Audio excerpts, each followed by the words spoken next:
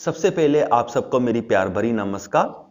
ओशो जी कहते हैं कि जो हमें लॉजिक चाहिए, जो हमें तर्क चाहिए, वो हमें बाहर की दुनिया के लिए चाहिए।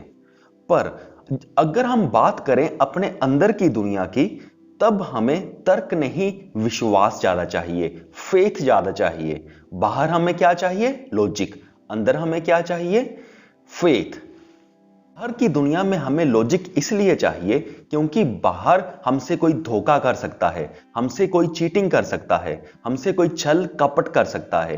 पर अंदर की दुनिया में हमें फेथ इसलिए चाहिए क्योंकि हमें जो कुदरत पर विश्वास करना होगा, हमारे इनर नेचर पर विश्वास करना पड़ेगा कि वो हमारी कमान संभाले, वो हमारा अंदरूनी जीवन संभाले अपने आप। आगे ओशो जी बताते हैं कि हमें पता है कि हमारी स्पिरिचुअल जर्नी में, हमारे आध्यात्मिक सफर में हमारा मन बाधा है। तो हमें क्या करना है?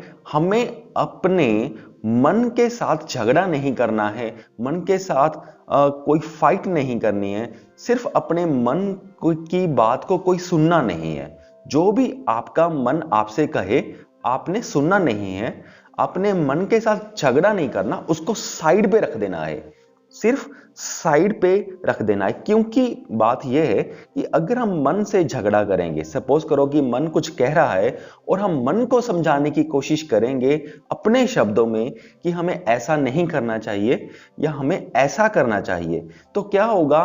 तो मन का झगड़ा एक्चुअल में मन से ही होने लगेगा। यानी कि जो आप कहोगे वो भी शब्द ही होंगे, जो आपका मन आपसे कहेगा वो भी शब्द ही होंगे। तो शब्दों का झगड़ा चलेगा। और झगड़े में क्या होता है? ऐसे झगड़े से आदमी फिलोसोफर बनता है, ज्ञानी नहीं बनता। बात यह है कि तो जी कहते हैं कि जब भी हम किसी से झगड़ा करते हैं, जब जो भी हमारे दुश्मन होते हैं और हम उनसे झगड़ा करते हैं, तो हम फाइनली उनके जैसा ही बन जाते हैं। क्योंकि हमें भी वही टेक्निक्स यूज करनी पड़ती हैं झगड़े में जो हमारा दुश्मन हमारे साथ वो टेक्निक्स यूज कर रहा हो।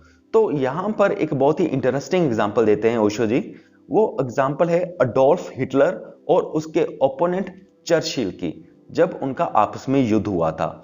तो अडोल्फ हिटलर कुछ ऐसे इंसान थे जो जंग लड़ते थे पर अपनी मिलिट्री जनरल्स की बिल्कुल भी नहीं सुनते थे। वो ऐसा समझते थे कि मैं ही सबसे बड़ा मिलिट्री जनरल हूं, मुझे इन सब की जरूरत नहीं है।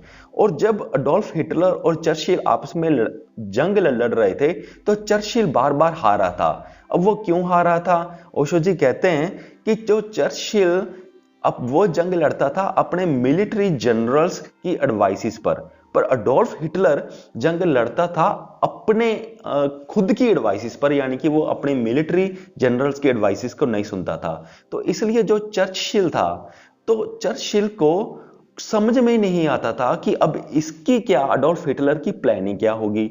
क्योंकि ये सुनता था मिलिट्री जनरल्स पर। मिलिट्री जनरल्स का एक अपना ब्रेन सेट होता है, पर जो अडोल्फ हिटलर था ये अपने आप, यानी कि कुछ भी इनका मूव हो सकता था। तो इसीलिए चर्चिल को कुछ समझ में नहीं आ रहा था कि अब इनका क्या मूव होगा नेक्स्ट। तो क्या रिजल्ट होता था? ये बार बार हारा था। तो फिर चर्चिल ने क्या किया? इन्होंने थोड़ी सी रिसर्च करवाई एडोल्फ हिटलर पर कि ये कैसे जंग लड़ता है।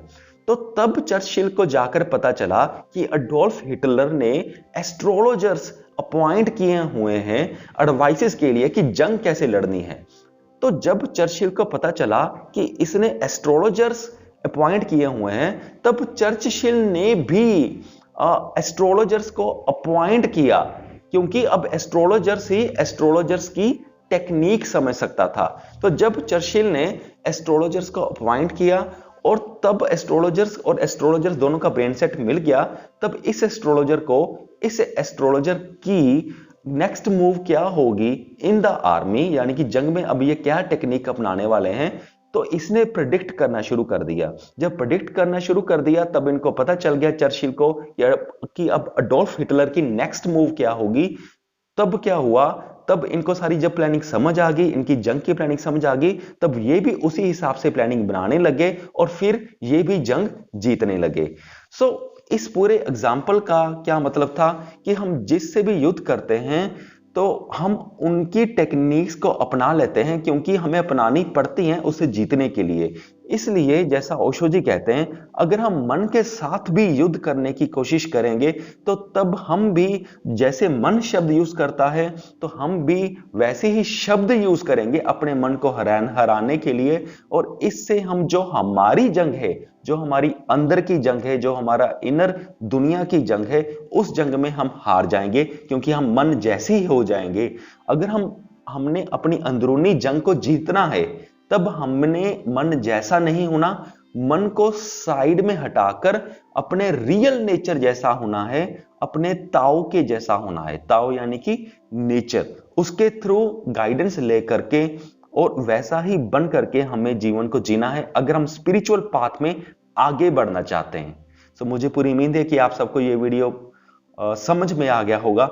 इस वीडियो को देखने के लिए बहुत बहुत धन्यवाद। इस वीडियो को लाइक करना ना भूलिएगा, कमेंट करना ना भूलिएगा, इस चैनल को सब्सक्राइब भी जरूर करिएगा।